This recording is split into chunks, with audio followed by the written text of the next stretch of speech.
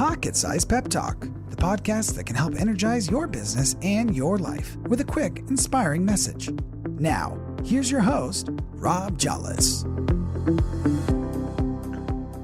Well, welcome to Pocket Size Pep Talks. Let's see if we can't pep you up a little today. And what I want to talk about today is luck, good fortune, bad luck, good luck. Have you ever noticed that what some people call bad luck, other people will actually call good fortune? Now, what if I told you that having a positive outlook would not only reduce your stress, it would improve your luck?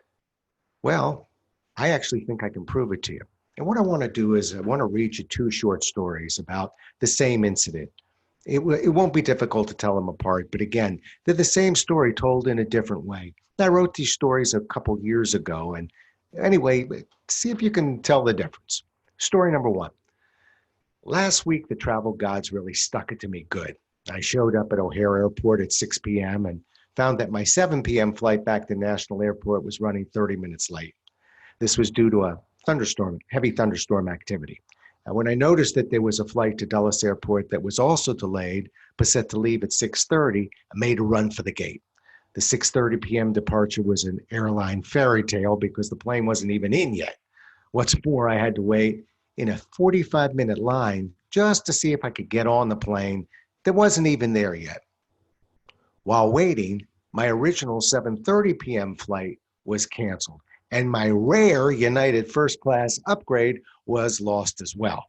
I ended up getting on the 6:30 p.m. flight, which left the gate 2 hours late, sat on the tarmac for another hour and a half, and didn't get back to Dulles until midnight. What a lousy night. I couldn't catch a break. Okay, that's story number one.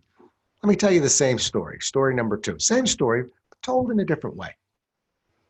Last week, the travel gods were really looking out for me. I showed up at O'Hare Airport at 6 p.m. and found that my 7 p.m. flight back to National Airport was running 30 minutes late. This was due to thunderstorm activity. With many flights canceling, I felt pretty lucky to even have a flight that wasn't canceled. But I figured a smart use of my time would be to check out a flight to Dulles that was running an hour ahead of my flight. I made it to the other gate, and although the line was long, I had a good book. I felt that I was being prudent by waiting to see if I could get on standby on this flight rather than just sitting and doing nothing. I got lucky because my 7:30 p.m. flight ended up canceling, and the line I was in grew longer and longer. We loaded late, and a thunderstorm hit right after we boarded the plane, so we had to wait on the tarmac for a while. At least we were all on board. We were also going to be in line for takeoff as soon as the skies cleared. Cost us a few hours, but when they opened back up, we were ready to roll. There was a lot of traffic on that tarmac, adding another 90 minutes or so. But with so many flights canceled, I was thrilled to be one of the lucky ones to make it home that night. It was a good night because I caught not one, but two breaks. The first break I caught was when I decided to wait in line around 6 p.m., a full hour before my flight canceled. And the second break I caught was my ticket. United had moved me up to first class on my original flight, so I was holding a first class ticket. Although they didn't have a first class seat available, that little gem of an upgrade moved me to the top of the standby list. I felt so lucky to have been given a seat on one of the few planes to make it back to DC. Now, you've just listened to one event, true event, told in two dramatically different ways. Now, I'll bet you're wondering where the concept of luck comes into this particular event. Well, the truth is, luck does play a part in all of this. You'll notice in story number two, there are several moments in the story that deal with the positive side of the problem at hand.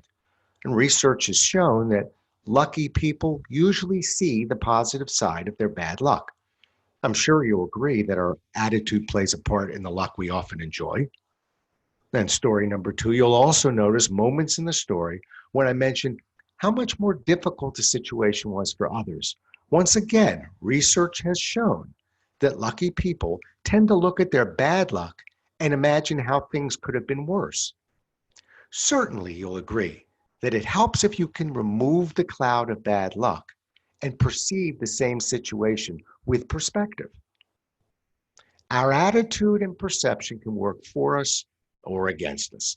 Every life has its share of positive and negative moments.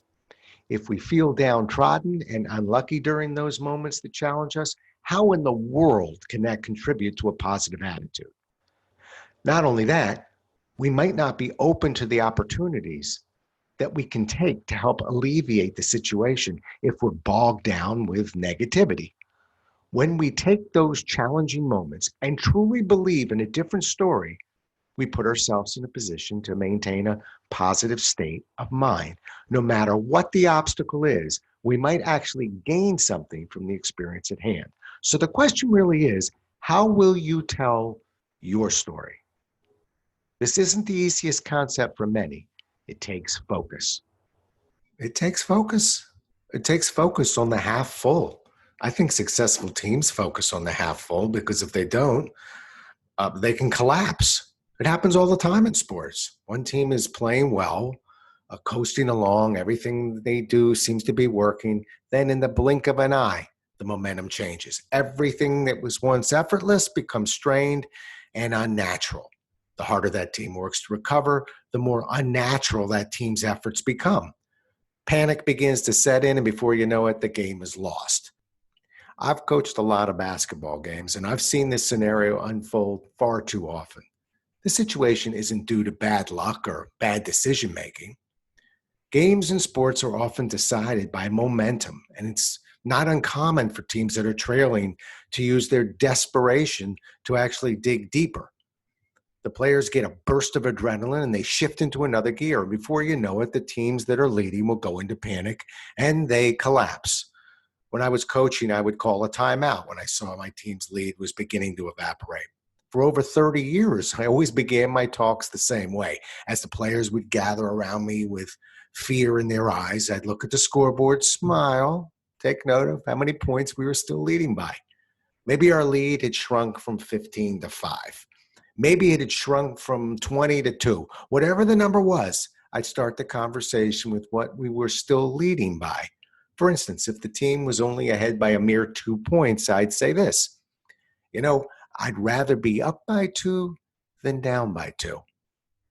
Now, I'm not expecting you to fall out of your chair based on the brilliance of that sentence, but I can tell you this: I saw firsthand what that phrase did to the psyche of the players I coached. Putting the team's situation in perspective helped them regroup. It helped them refocus.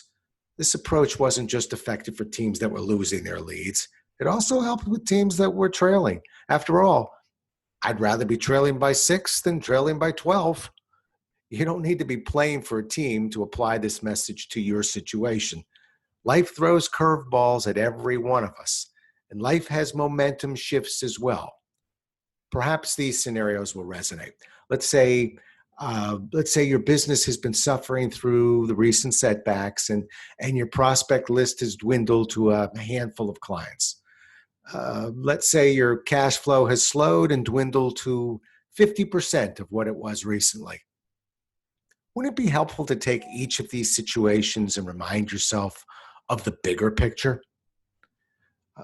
Your business has been suffering through some setbacks and your prospect list has dwindled to a handful of clients. Okay, well, I'd rather have a handful of clients to call on and build from than no clients at all. Your cash flow has slowed and dwindled to 50% of what it was recently. All right, I'd rather have 50% of that cash flow than 25% of that cash flow. This phrase doesn't remove the pain of challenging situations, but it sure helps put them in perspective.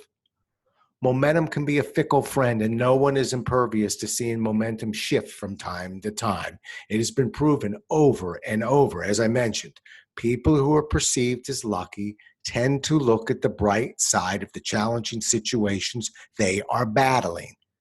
If luck or momentum has left your side, or the next time it does, try to keep things in perspective and make sure you look at a positive way to view your situation. After all, I'm sure you agree, it's better to be up by 2 than down by 2. Thanks so much for listening. If you enjoyed today's show, please rate and recommend it on iTunes, Outcast, or wherever you get your podcasts. You can also get more information on this show and Rob at jollis.com.